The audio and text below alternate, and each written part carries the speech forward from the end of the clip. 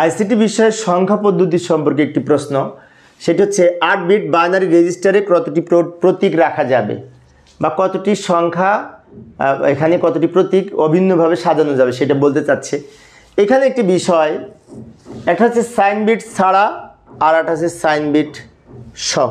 এখন আমি যদি সাইন বিট সহ বা চিহ্নযুক্ত বিট সহ যদি কাউন্ট করি তাহলে কিন্তু রেজিস্টারের প্রথম বিটটা সাইন বিট।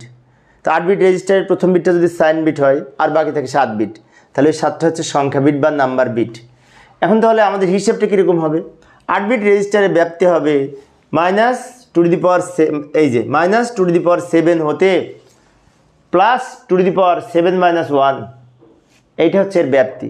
কিভাবে? আগে আমি এটা ক্যালকুলেশন করে বোঝাচ্ছি। এই যে -2^7 কাউন্ট করলে আমরা পাবো এই 100, এই যে -2^7 কাউন্ট করলে পাবো -128 হতে 0। তাহলে 128 হতে 0 পর্যন্ত কয়টা হবে? এখানে কিন্তু -128 থেকে 0 পর্যন্ত এখানে কিন্তু 129টা হচ্ছে। আর এখানে যেহেতু 0 ইন করতেছে, 0 একটা অতিরিক্ত সংখ্যা, এখন 2^7 মানে কিন্তু এখানে 128 হয়।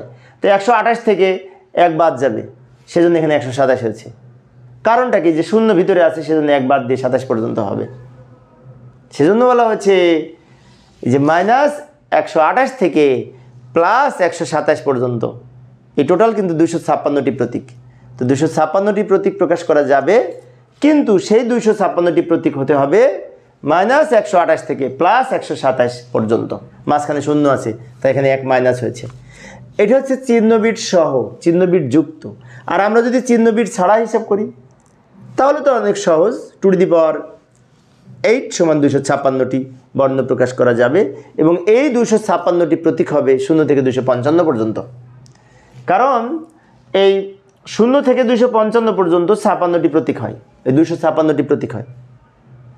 অর্থাৎ আমাদের যদি এই সাইন বিট কাউন্ট করি, চিহ্ন বিট যদি আমরা হিসেব করি, চিহ্নযুক্ত রেজিস্টারে 8 বিটের ক্ষেত্রে চিহ্ন বিট একটি, চিহ্ন বিট একটি, আর একটি যদি চিহ্ন বিট হয় তাহলে বাকি থাকে কয়টা? 7টা।